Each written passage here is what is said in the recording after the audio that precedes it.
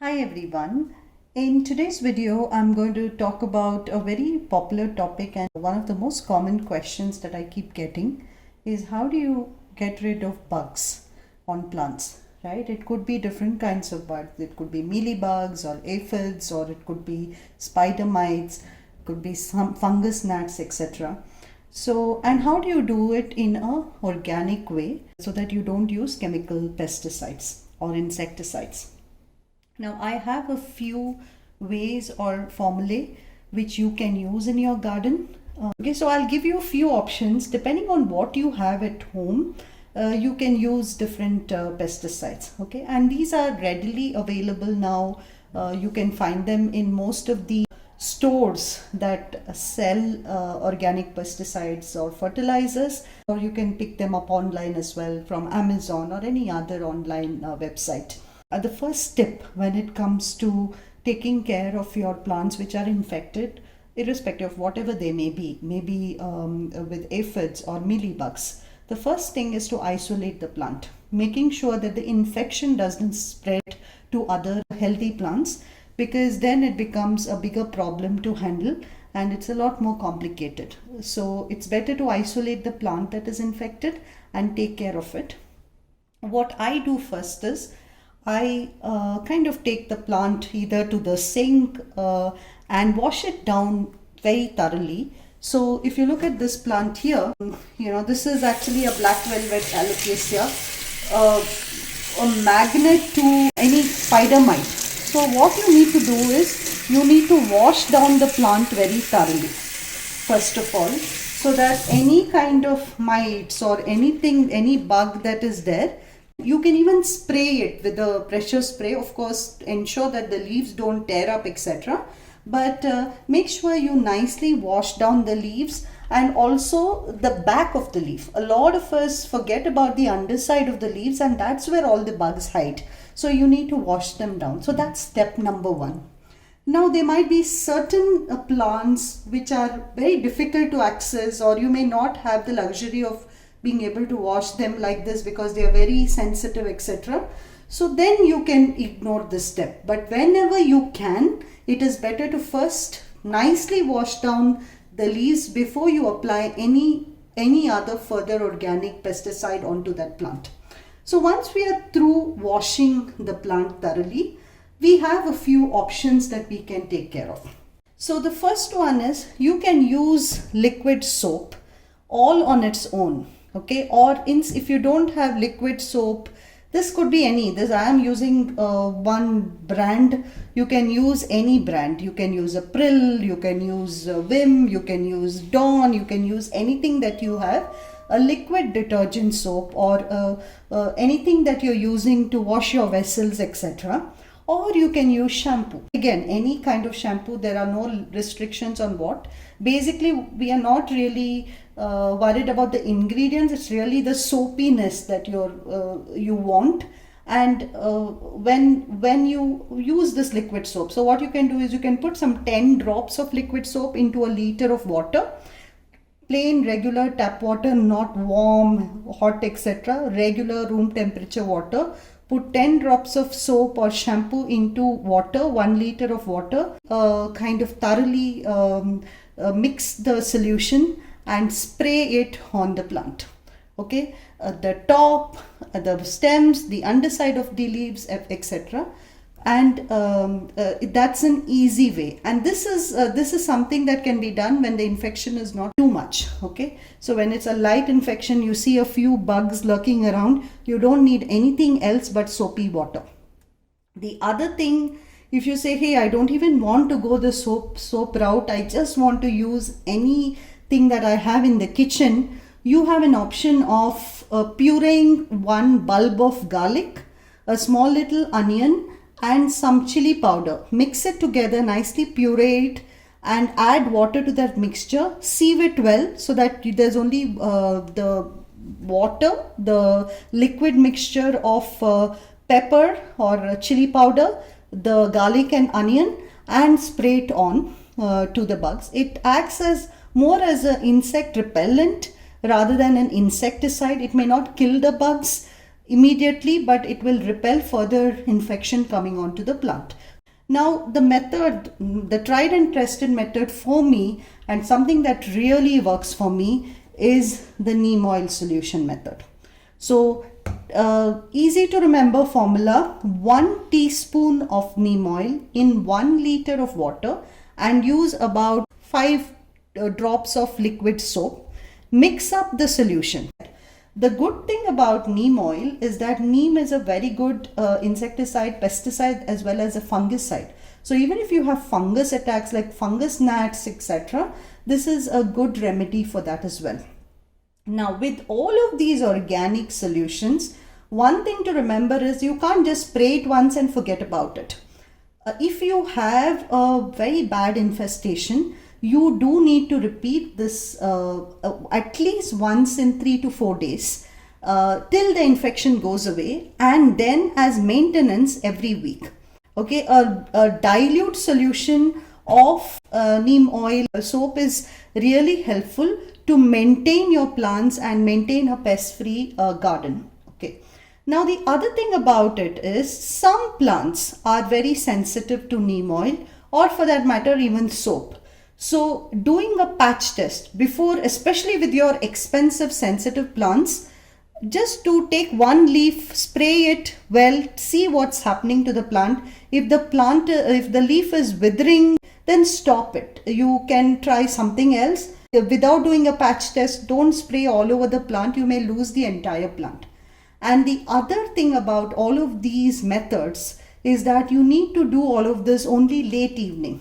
Again, because there is a tendency for the leaves to burn during the day, late evening, and also pollinators come out during the day, right? So we want to do all of this in the night or late in the evening after sunset, so that you don't harm any pollinators like bees and other insects that come to pollinate your plants, but more so because of the sun, it may cause the plant to burn.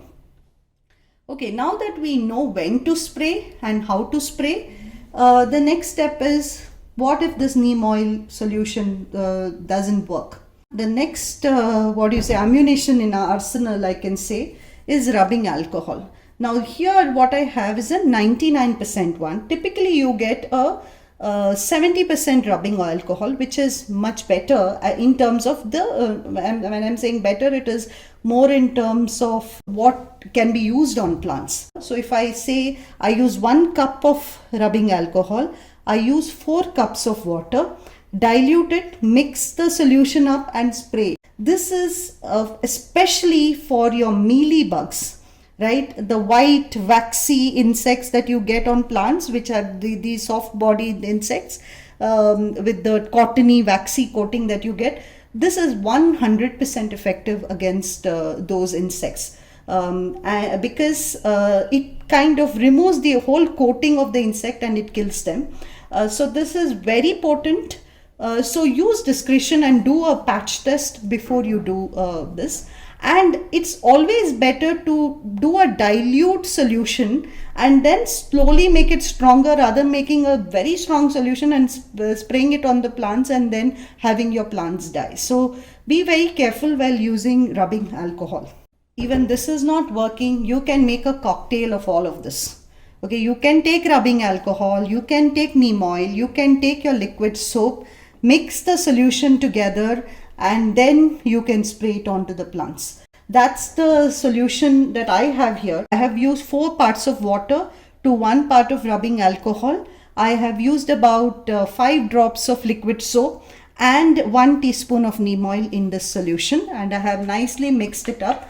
And what I would do is I will, kind of nicely spray the plant with this. I have already done a patch test, so I know that this will be fine.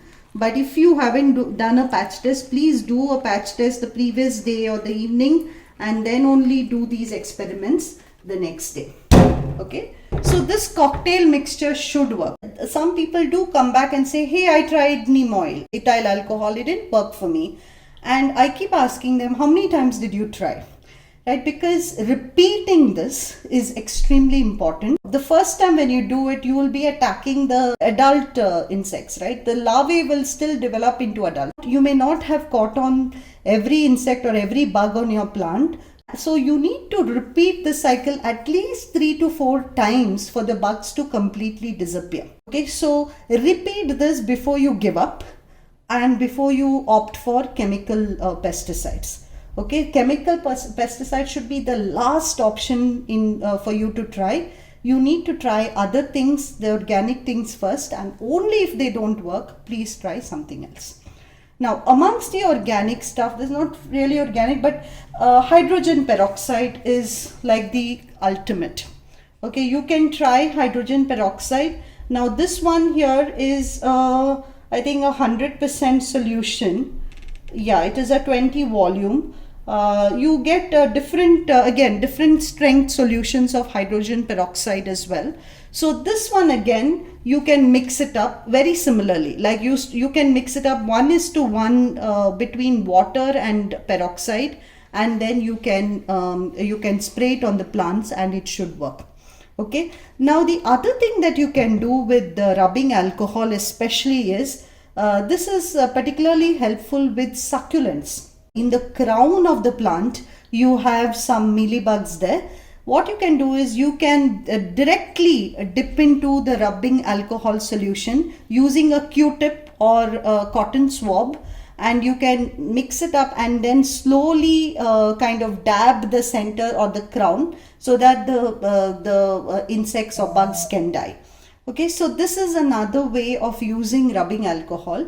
I find rubbing alcohol very versatile, especially for succulents, but my go-to solution for most of my regular maintenance of the garden is neem oil. Okay, neem oil soap is the go-to solution for me, and that's the only way I have maintained my garden all these years.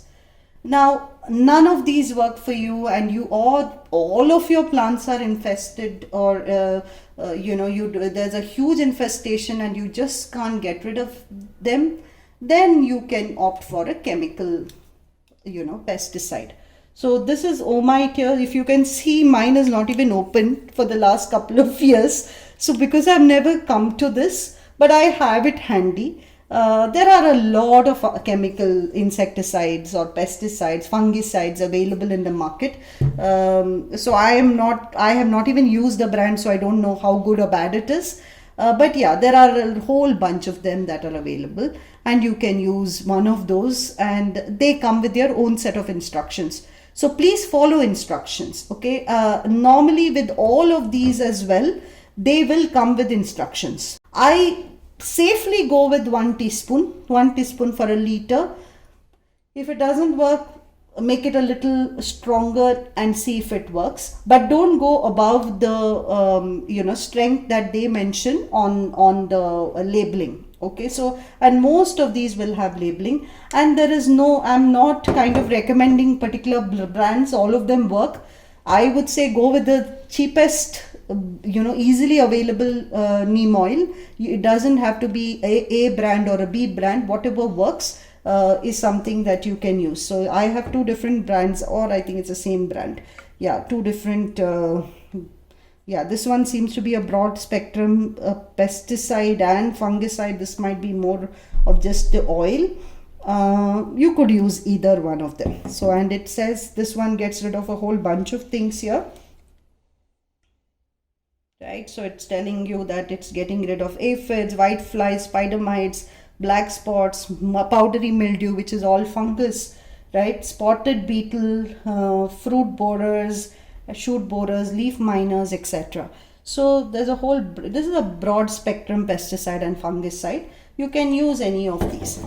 Okay, so this is what I wanted to show you. This is something that I keep getting asked again and again and again. So if you ask me 2 very important tips: start dilute, then make it stronger.